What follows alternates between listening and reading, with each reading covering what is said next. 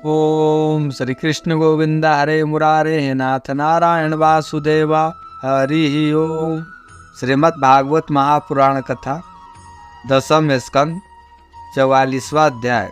चाणूर मुष्टिक आदि पहलवानों का तथा कंस का उद्धार। चाणूर ने श्री कृष्ण से कहा, श्री कृष्ण, तुम और बलराम न बालक हो न तो किशोर, तुम दोनों बलवानों में श्रेष्ठ हो। तुमने अभी अभी 1000 हाथियों का बल रखने वाले कुबलिया पीड़ को खेल खेल में ही मार डाला। इसलिए तुम दोनों हम जैसे पहलवानों के साथ ही लड़ना चाहिए, इसमें अन्याय की कोई बात नहीं है। इसलिए श्री कृष्ण, तुम मुझ पर अपना जोर आजमाओ और बलराम के साथ मुष्टिक लड़ेगा। श्री सुखदेव जी कहते हैं, परिचित, भगवान श्री कृष्ण ने चारूण आदि के वध का निश्चित संकल्प कर लिया। जोड़ वध दिए जाने पर श्री कृष्ण ने चाणूर से और बलराम जी मुष्टिक से जा भिड़े। वे एक दूसरे को जीत लेने की इच्छा से हाथ से हाथ बांधकर और पैरों में पैरों अड़ाकर बलपूर्वक अपनी अपनी ओर खींचने लगे।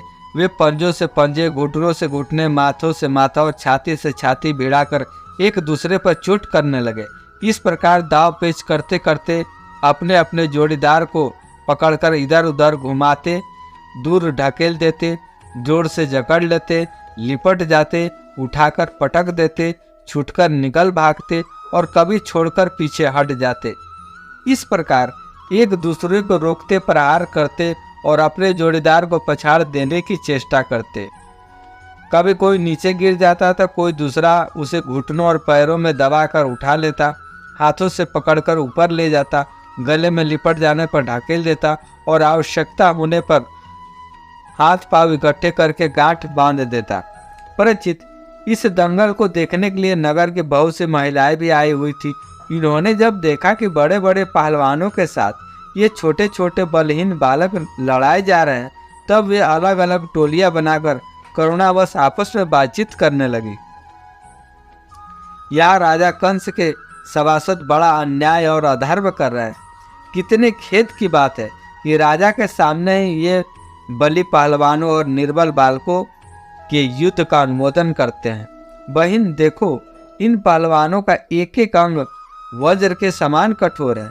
ये देखने में बड़े भारी पर्वत से मालूम होते हैं, परंतु श्री कृष्ण और बलराम अभी जवान भी नहीं हुए। इनकी किशोर अवस्था है। इनका एक एक अंग अत्यंत सुकुमार है।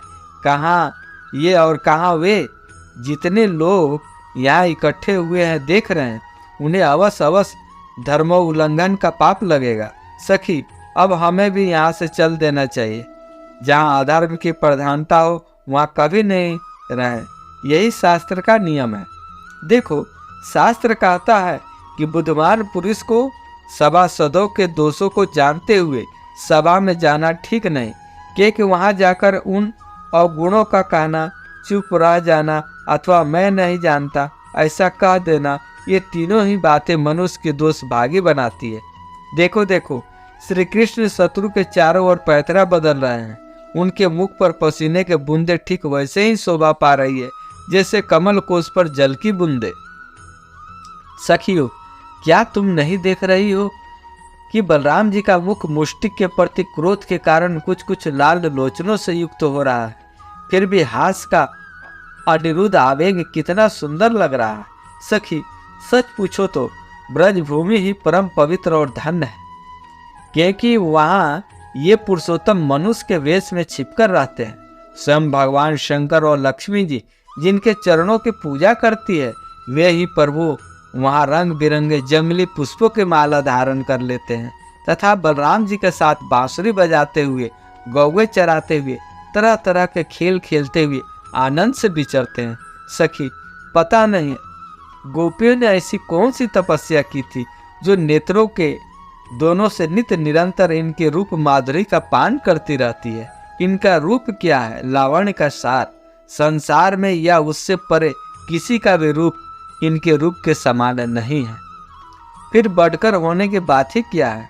सो भी किसी के संवारने सजाने से नहीं, गहने कपड़े से नहीं, बल्कि स्वयं सिद्ध है। इस रूप को देखते देखते तृप्ति नहीं होती, क्योंकि ये प्रति क्षण नया नया होता जाता है। नित्य नूतन है। समग्र यश, सौंदर्य और ऐश्वर्य इसी के आश्रित है सखियों, परंतु इसका दर्शन तो औरों के लिए बड़ा ही दुर्लभ। वह तो गोपियों को ही भाग में बदा है। सखी, ब्रज की गोपियां धन है। निरंतर श्री कृष्ण में ही चित्त लगा रहने के कारण, प्रेम भरे हृदय से, आंसू के कारण गदगद कंठ से इन्हीं की लीलाओं का गान करती रहती है।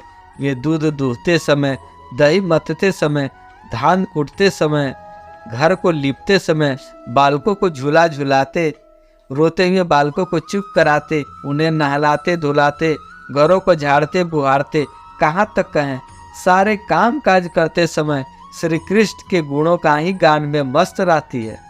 ये श्री कृष्ण जब प्रातःकाल गौओं को चराने के लिए ब्रज से वन में जाते हैं और सायकाल उन्हें लेकर ब्रज में लौटते हैं, तब बड़े मधुर स्वर से बांसुरी बजाते हैं। उसकी टेर सुनकर गोपियाँ घर का सारा काम काज छोड़कर झटपट रास्ते में दौड़ाती है और श्री कृष्ण का मंद मंद मुस्कान एवं दया भरे चितवन से युक्त मुख कवल निहार निहार कर निहाल होती है। सचमुच गोपियां ही परम पुण्यवती है। परंतु वंश शिरोमणि, जिस समय पूर्वासी की स्त्रियां इस प्रकार बातें कर रही थी, उसी समय योगेश्वर भगवान श्री कृष्ण ने मन ही मन शत्रु को मार डालने का निश्चय किया।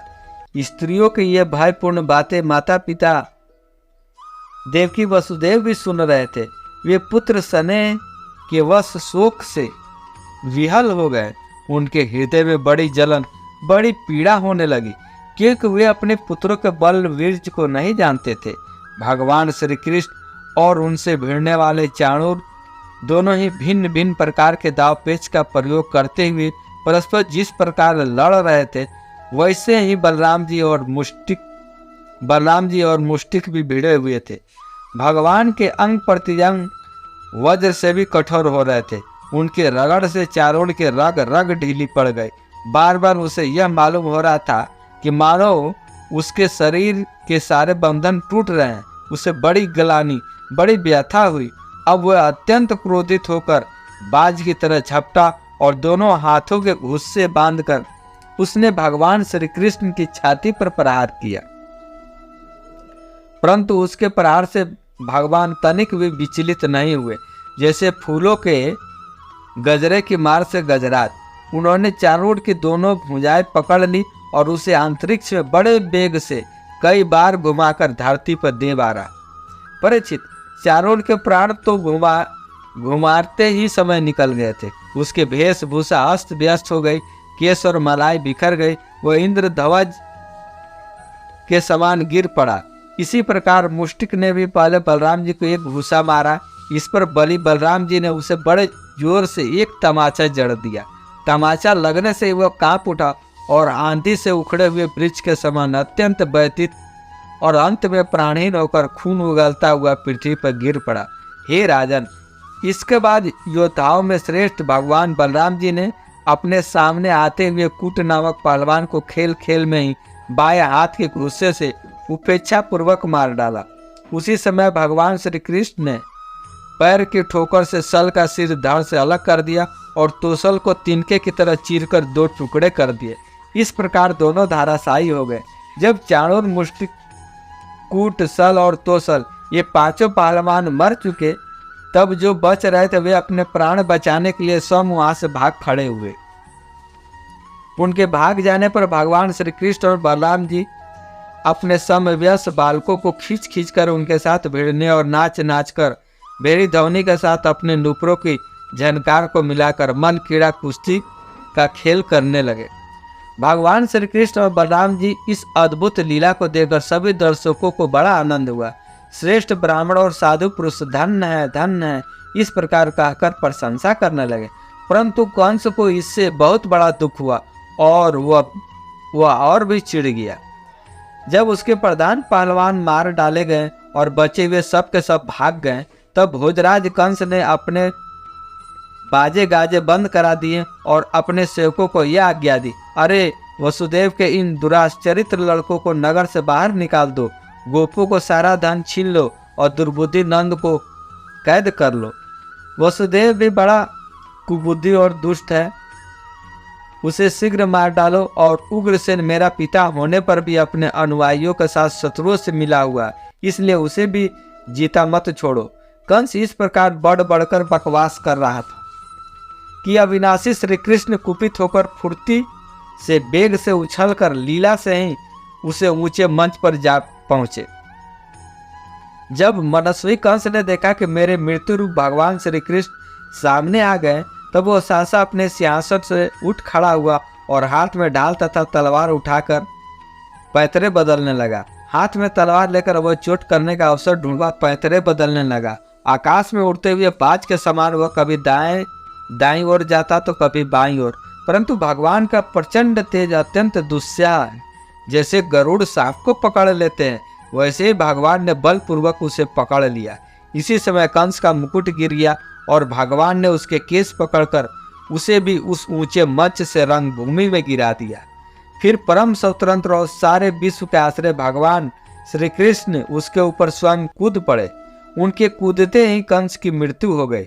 सबके देखते देखते भगवान श्री कृष्ण कंस की लाश को धरती पर इस प्रकार घसीटने लगे जैसे सिंह हाथी को घसीटते।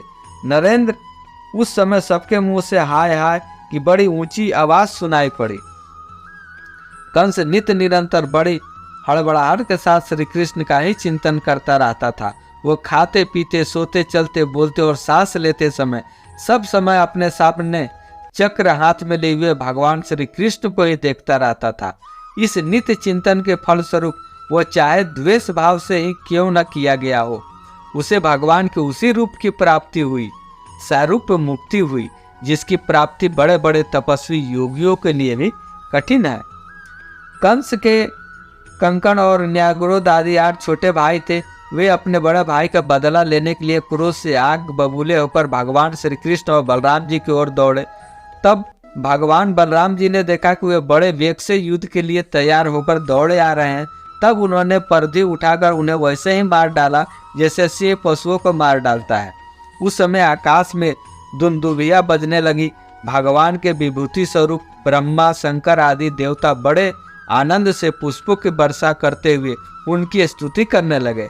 अप्सराएं नाचने लगी। महाराज कंस और उसके भाइयों की स्त्रियां अपने आत्मीय स्वजनों की मृत्यु से अत्यंत दुखित हुई।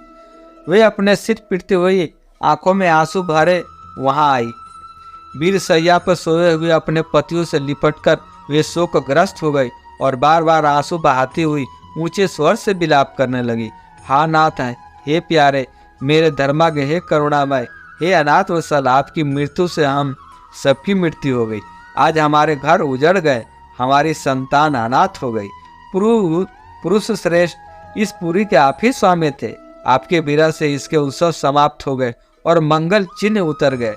यह हमारी ही भांति विधवा होकर शोभाहीन हो गई। श्री कृष्ण जगत के समस्त प्राणियों की उत्पत्ति और प्रलय का आधार है। यही रक्षक भी है। जो इनका बुरा चाहता है, इनका तिरस्कार करता है, वह कभी सुखी नहीं हो सकता। श्री सुखदेव जी कहते हैं, परीक्षित, भगवान श्री कृष्ण इस सारे संसार के जीवन दाता है। उन्होंने रानियों को ढांढस बधाया, सांत्वना दी, फिर लोक रीति के अनुसार मरने वालों का जैसा क्रियाकर्म होता है वह सब कराया। तदंतर भगवान श्री कृष्ण और बलराम जी ने जेल में जाकर अपने माता पिता को बंधन से छुड़ाया और सिर से स्पर्श करके उनके चरणों की वंदना की।